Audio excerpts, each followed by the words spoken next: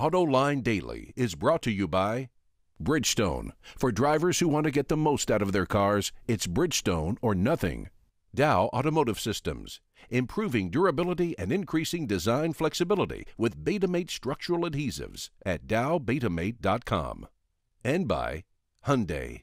Experience the 2011 Hyundai Sonata today at HyundaiSonata.com. Hello everyone. This is Autoline Daily for Wednesday, the 3rd of August, 2011. Welcome all you first-time viewers out there, and hello to our regulars. I'm Anne Doyle, your guest host and longtime friend of John McElroy's from my years as Director of North America Communications with Ford Motor Company. And most recently, I'm the author of a new book on women's leadership, Powering Up. So thanks for joining us today. Let's start things off with July sales. Overall, it was a pretty meh month compared to a year ago when the sales were up almost 5% in July. This year, the gain was less than 1% versus June. The SAAR hit 12.2 million, a decent uptick from last month when it was stuck around 11.5 million, but it's still not where we want it and need it to be. Most automaker sales were up strongly compared to July 2010, but month over month, many of them were down. Sifting through the numbers, one company stands out from the rest. Toyota is absolutely roaring back. Sure, its sales were way down compared to last year, off nearly 20%, but month over month, it surged nearly 18%. Say, wasn't this the company with severe inventory issues? Where did it get all of these vehicles from? Interestingly, the Camry is once again the best-selling car in America, taking the crown back from the Chevy Cruze, which was right on its heels. Again, we thank Wards for providing these numbers. Here's one reason Toyota did so well last month. According to Bloomberg, the company was one of the few automakers to raise incentives. Overall, automakers cut spending by 9.5% to an average of just over $2,500 per vehicle. Toyota, on the other hand, raised incentives about 21%, but the company still spent less on average per vehicle than the Detroit automakers, even though they slashed discounts. According to one analyst from J.D. Power and Associates, South America is poised to become the best emerging global market for the auto industry over the next 5 years. The Detroit Free Press reports sales in South America are expected to grow nearly 8% this year to 5.4 million units.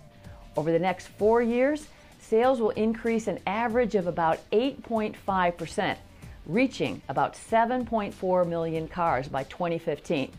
The analyst predicts sales will outpace production, giving automakers an opportunity to export cars to South America or to add plants in the region. Maserati just introduced the new Granturismo convertible sport, also known as the Gran Cabrio Sport outside the U.S. It's equipped with a naturally aspirated 4.7-liter V8, which can be mated to a 6-speed automatic transmission. It cranks out 450 horsepower, goes from 0 to 100 kilometers an hour in just 5.2 seconds, and has a top speed of about 177 miles an hour.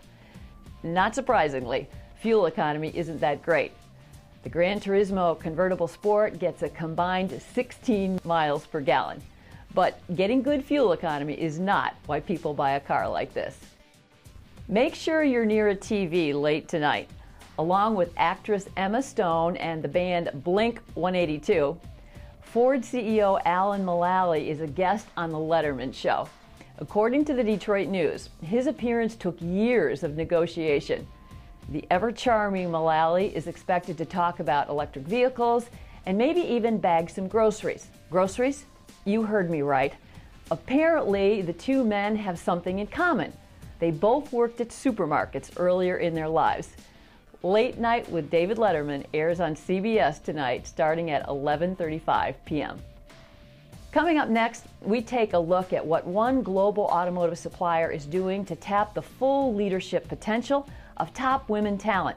Stick around. What if we always settled for the first thing that came along? Then we'd never have gotten here. Introducing the Sonata Hybrid from Hyundai. Last week, I was privileged to be part of the global kickoff of a cutting-edge initiative by a global commercial truck supplier. I'm talking about Mediocre and the launch of its Women's Business Resource Group. 175 Mediocre leaders got up early to be part of the launch event held at their Troy headquarters, while another 60 listened in from all over North and South America, Europe, China, and India. The mission? Laid out by Marcia Remsky, director of Mediocore's North America supply chain, is simply this: to advance the company's business strategies by creating a work culture that excels in the recruitment, development, achievement, and retention of talented, aspiring women. Now, we've heard of these initiatives before, but here's why I predict Mediocore's approach will give them a competitive edge rather than fizzle as a well-intentioned flash in the pan. First, it has full support at the top. That's CEO Chip McClure in the front row, surrounded by company officers and senior leaders. The board also sees it as a business priority. Directors Victoria Jackson Bridges and Rhonda Brooks both participated in the event and voiced their strong support. And Mediocore's men are engaged as mentors, allies, champions, and sponsors. Chris Snodgrass, Vice President of Worldwide Manufacturing and Supply Chain Management for Mediocre, is the steering company's champion. This is the stuff of leadership, a strategic, focused attack on one of our industry's Achilles heels, the ability to attract, develop, and retain high-potential women.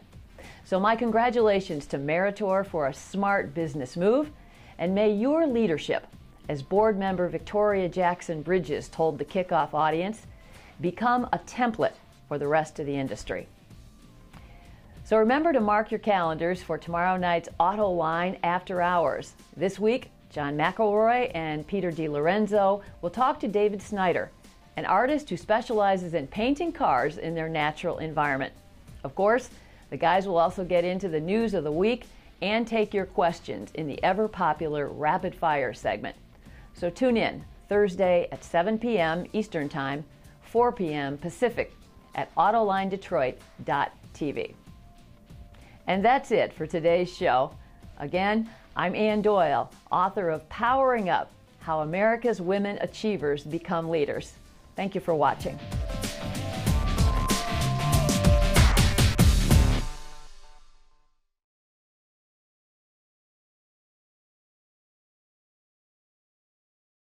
For complete coverage and in-depth analysis of the management briefing seminars in Traverse City this week, pick up your copy of the Ward's MBS Daily, available each morning free throughout the Grand Traverse Resort. That's Ward's MBS Daily from the editors of wardsauto.com.